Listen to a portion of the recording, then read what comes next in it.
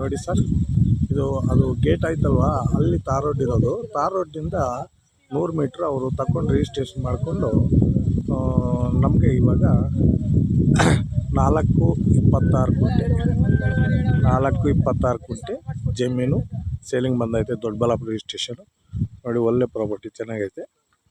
2 bore ಐತೆ, silver ಎಲ್ಲ cutting ಮಾಡವ್ರೆ. ಇದು ಬೆಲೆ ಇಕ್ಕಿದ್ದು ಇದು ಬೇರೆದು. ಇದು ನಾವು ಹೋಗ್ತಾ ಇದ್ದೀನಿ ಲ್ಯಾಂಡ್ ಹತ್ರಕ್ಕೆ. ನೋಡಿ, ಖಾಲಿ ಜಾಗ. ಇವ್ರಿಗೆ ನಾವು 5 ಜಾಗ ಗೌರ್ಮೆಂಟ್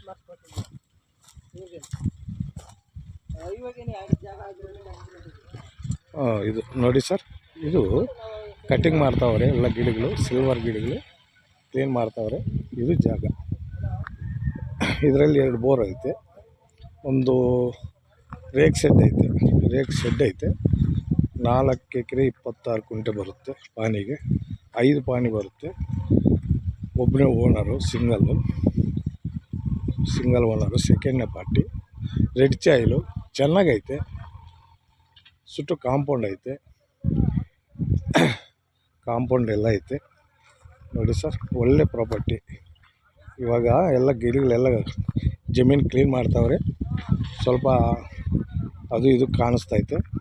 ಕ್ಲೀನ್ ಮಾಡಿ ಲೆವೆಲ್ ಮಾಡಿದ್ರೆ ಒಳ್ಳೆ ಪ್ರಾಪರ್ಟಿ ಸರ್. ದೊಡ್ಡಬಳ್ಳಾಪುರಕ್ಕೆ ಒಂದು 25, ಬೆಂಗಳೂರಿಗೆ ಒಂದು 55 ಕಿಲೋಮೀಟ್ರ್ ಆಗುತ್ತೆ ದೊಡ್ಡಬಳ್ಳಾಪುರ ಸ್ಟೇಷನ್ನು ಸರ್. ದೇವಮೂಲ ಸ್ವಲ್ಪ ಮುಂದಕ್ಕೆ ಬರುತ್ತೆ, ವಾಸ್ತುಗೂ ಚೆನ್ನಾಗೈತೆ.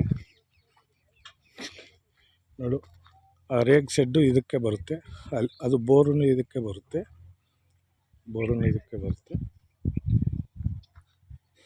ಒಳ್ಳೆ ಜಾಗ ಸರ್.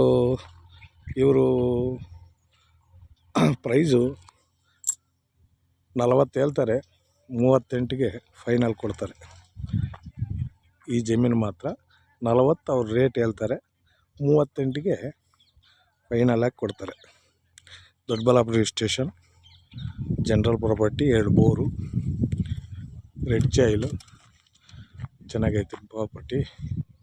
ಬಿಟ್ಟು ಮಾತ್ರ ಎಲ್ಲ ರೆಡ್ ಕಲರ್.